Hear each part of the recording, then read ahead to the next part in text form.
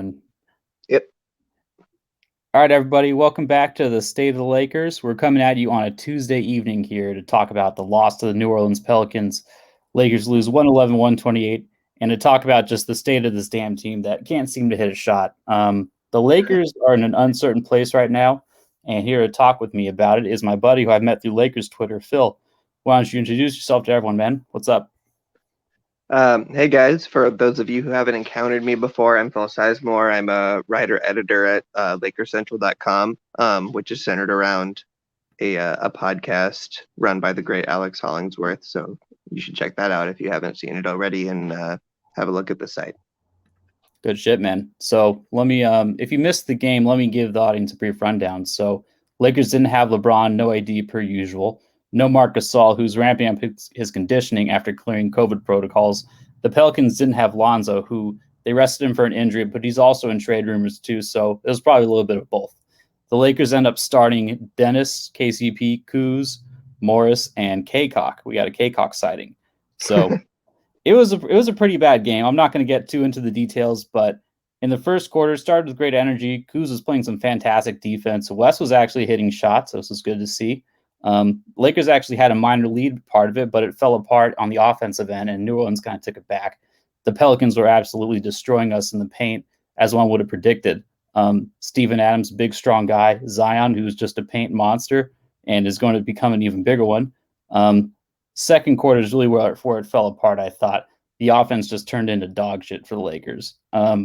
Several long stretches where they went without field goals. The jumpers were missing really bad, and the passing lanes were getting jumped really bad too. I thought it was kind of good defense on New Orleans for jumping these passing lanes, but it was kind of predictable offense by the Lakers. You know, Zion also started to come alive in the paint.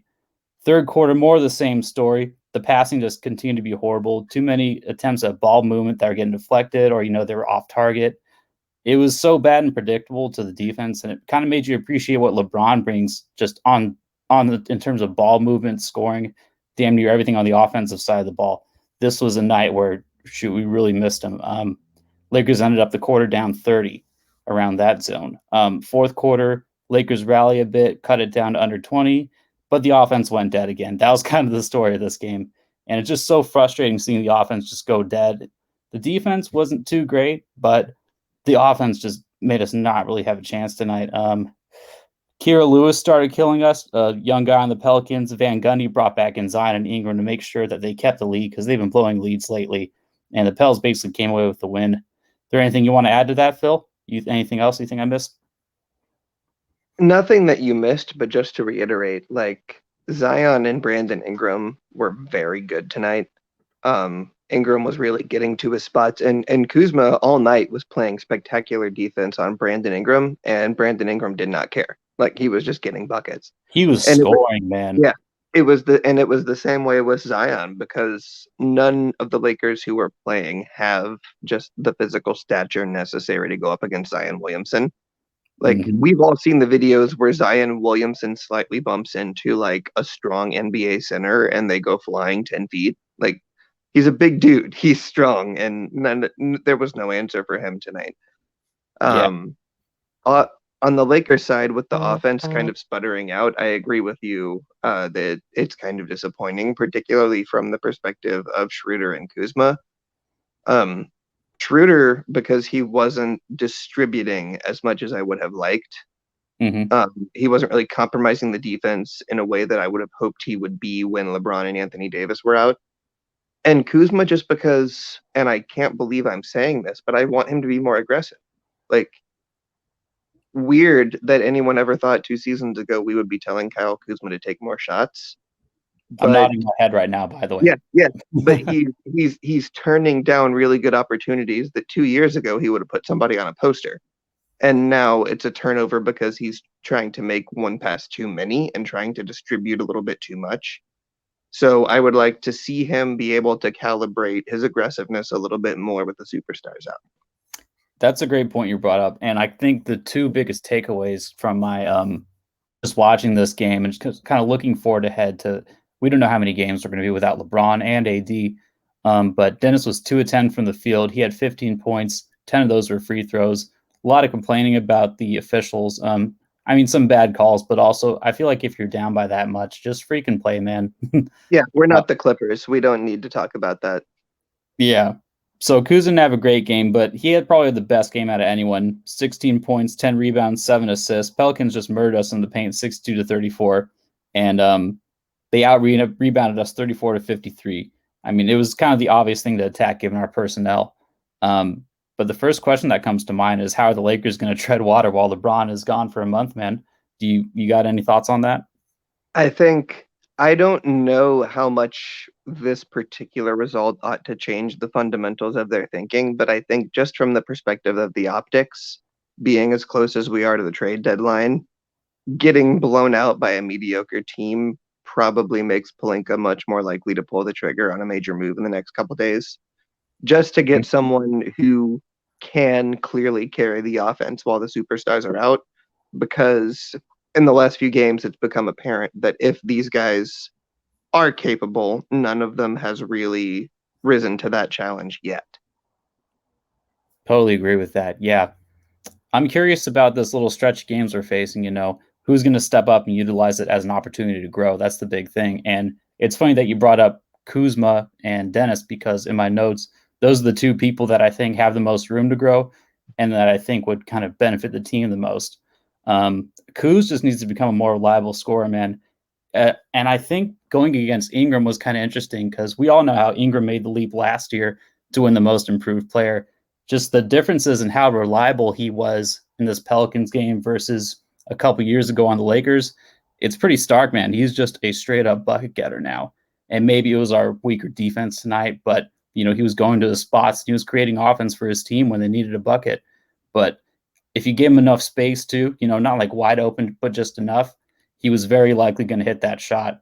Kuz, it kind of seems like when he's the only option to score on the floor, it's like you can kind of see the gears in his head turning.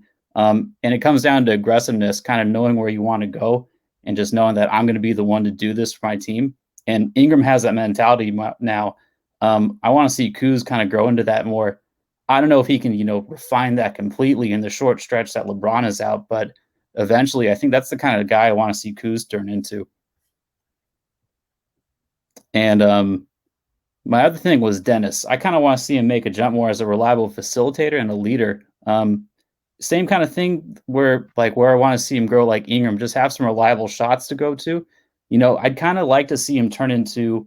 I know he can't turn into Chris Paul probably, but kind of just have that those reliable spots to go to on the floor. Just be grow into becoming a better leader and a better facilitator. So I had a lot of similar thoughts like that. And another guy I want to see step up is Alex Caruso, man. He kind of didn't really have a great game tonight, but I'd like to see him take a step forward as a shooter and also as an offensive initiator. What do you think about guys that you want to see step up during this stretch? Number one on that list for me is THT. And that comes with sort of an asterisk because he's still young and he's still going to make a lot of mistakes. Yeah.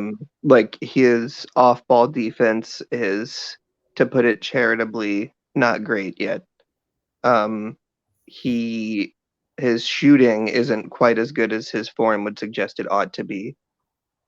He doesn't always make the right read, although his reads have improved already over last year. So there are things that he can, of course, be doing better. But I wish that he would step more into that primary creator role when he's on the floor. Yes. In ways that he kind of didn't in this game. Mm-hmm. Caruso is very similar. I saw a tweet, I forget who it was from earlier on Lakers Twitter tonight, but to the effect that perhaps, all of the hits and all of the physical plays that Alex Caruso takes have begun to take a toll on him in the short turnaround. I can see And it. yeah, that strikes me as a plausible thing because his shooting is fine, and he's continuing to hone away at his weaknesses, right? He's becoming a better playmaker, he's becoming a better shooter. But I Mhm. also think that perhaps physically he's a little bit worn down because of the load that he's been asked to carry over the last, 18 months. That strikes me as a plausible thing. Yeah, everyone's freaking worn down, man.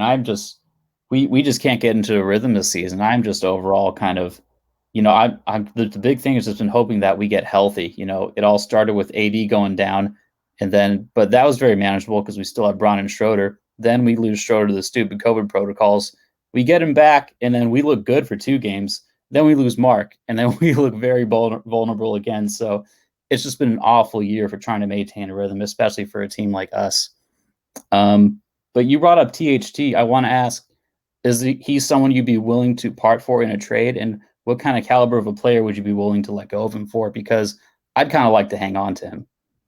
I agree with you on that. I would put, to me, of the role players, the two that I would protect most in a trade are Kuzma and Horton Tucker, because I think those are the two with the highest ceilings.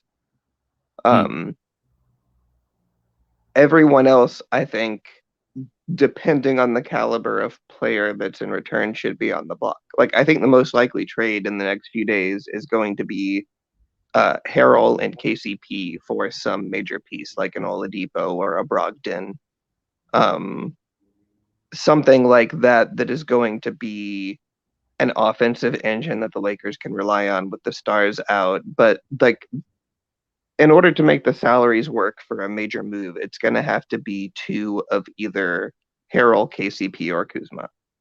I know we'd have to put up so much depth to make the salaries work. That's my concern. And so, of the three of those, Kuzma is the one that I am least willing to part from.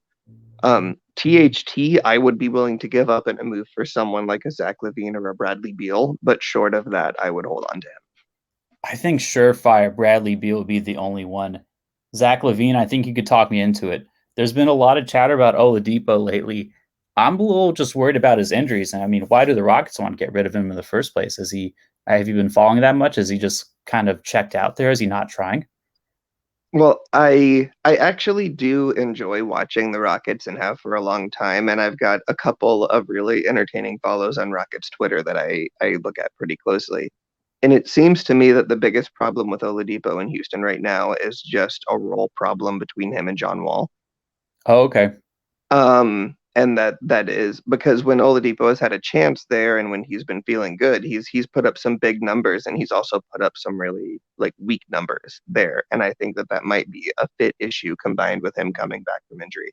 If Oladipo is healthy, he's an all-star, period. I know. I would absolutely make that trade for him. The injuries are slightly concerning, which is what makes me prefer someone like a Brogdon who might be similarly priced over him. But if he's available, especially given the way that teams in the East like Brooklyn are trying to just load and reload, I think it's worth making the move if you're the Lakers, especially with your two stars out right now. Yeah. One thing that concerns me about trading guys like Harrell and KCP is the energy, and especially with KCP, the defense. I thought, especially in last year's playoffs, when we were at our peak defensively, KCP was on the floor and was hitting threes a lot of the time. So whoever we get back in a trade, I hope they can kind of give us most of what KCP gave us defensively and, just provide that same kind of energy. But it's all really unpredictable right now. In terms of acquiring people, just today it seemed like a lot of chatter heated up about Andre Drummond, man. I'm obviously in favor of that. I think he plugs a lot of holes for us, and I think he's young, can rebound the hell out of the ball, protect the paint. I would be totally in favor of acquiring him, man. What are your thoughts on that? I would take Drummond because one, he's likely to be cheap. We can only really offer him a vet minimum anyway, and he seems inclined to take it if the press reports are accurate. But more than that, he sets off a couple of potential dominoes because the trading of someone like Harrell, who is really energetic on the boards, becomes a little bit less painful if you have someone like Andre Drummond, who is just a rebounding machine on the roster. 100%, yeah. So you have a chance to make that kind of moderate risk, high reward upgrade on the wing if you are getting a cheap insurance policy as a big, and I think that's what makes Drummond so potentially valuable. Yeah, and Harrell might be a little bit better, like on the perimeter defensively a little bit. I just know that Andre gets killed out there, but he would be such a boost to our paint protection, man. It's we're in a really unpredictable time right now. I'm just looking ahead to the schedule, and we got the 76ers on Thursday. We kind of go between really solid teams who might have a star out and then a crappy team like the Cavaliers. So Next up, 76ers, Cavs, Magic, Bucks, Kings, Clippers. That's like a little pattern of like a solid team and then a not so solid team. But I mean, hey, we played the Pelicans tonight and we were down 30. We lose by around like 20. So, I'm just wondering when the hell are we going to get a win? And that can all change by the trade deadline. Um, I'd say if you could predict these next 6 games, I'll repeat them: 76ers, Cavaliers, Magic, Bucks, Kings, and Clippers. What do you think our record is? Um, Pending any moves that are made before the deadline, I would say probably 3-3 coming out of that. Which A little might more be, optimistic than me. I was yeah, thinking 3 it and it 6. it, it might strike people as a little bit optimistic.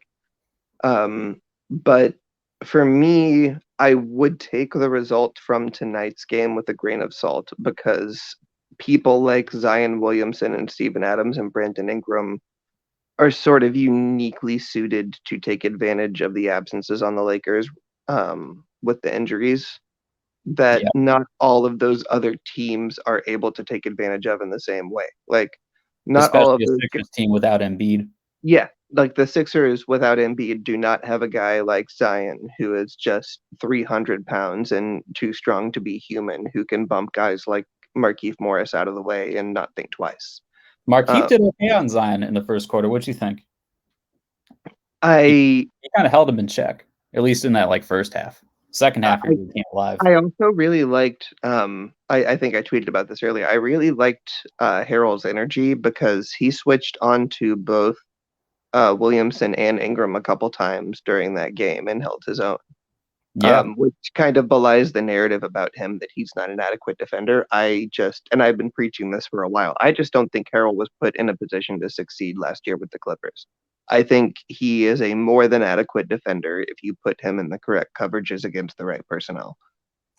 I believe so too. He's 6'7" or whatnot, but he kind of plays like an old school 7-footer. If only the dude was just give him like 3 or 4 inches, he would be up even more of a fucking monster. He's such a monster for his size, but I think Harrell's done a really good job for us this year overall.